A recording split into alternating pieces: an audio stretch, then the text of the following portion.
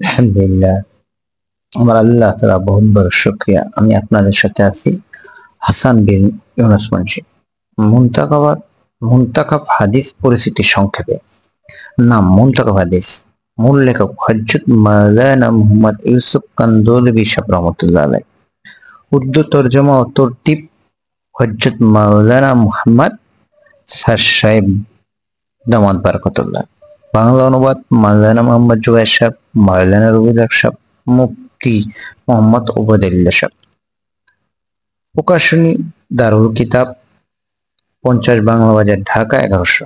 সংখ্যা 1 পিস, পৃষ্ঠা 842, cover hard cover, মূল্য 220 টাকা। হযরত মাওলানা ইউসুফ কান্দলবি রহমাতুল্লাহ কর্তৃক সংকলিত একটি কিতাব। এতে বিভিন্ন আমলের ফজিলত সংক্রান্ত হাদিস একত্রিত করা হয়েছে।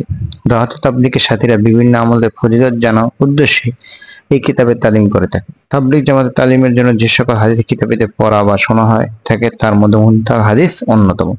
যে বিষয়গুলো নিয়ে বইটিতে আলোচনা করা হয়েছে: 1. কালেমায়ে তাইয়্যিবা, এই অধ্যায়ে ইসলামের মৌলিক বিষয় ও শাহাদাতের গুরুত্ব নিয়ে আলোচনা করা গেছে। 2. নামাজের ফজিলত, নামাজের শর্তাবলী এবং নামাজের বিভিন্ন রকম আমল নিয়ে বিস্তারিত আলোচনা করা গেছে। 3. ইলমে জিকির, এই অধ্যায়ে জ্ঞান অর্জনের গুরুত্ব এবং আল্লাহ জিকিরের ফজিলত আলোচনা করা গেছে। 4. ইকরামুল মুসলিমিন, মুসলিম ভাইদের সম্মান করা এবং তাদের সাথে ভালো আচরণ করার গুরুত্ব নিয়ে আলোচনা করা গেছে।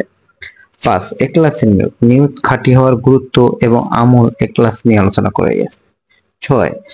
দাওয়াত ও তাবলীগ, দাওয়াত ও তাবলীগের ফজিলত এবং এর বিভিন্ন আমল নিয়ে আলোচনা করা গেছে। 7. হয়তো কথাবার্তা ও কাজকর্ম হইতে বাঁচিয়া থাকা। কিতাবটা আমলে উৎসাহিত হওয়ার জন্য ব্যক্তিগতভাবে এবং ইসলামীভাবে তালিম করার জন্য মসজিদে ও ঘরে হতে জরুরি। আমার আল্লাহ তাআলা আমাদেরকে বুঝার তৌফিক দান করুন। আলহামদুলিল্লাহি রাব্বিল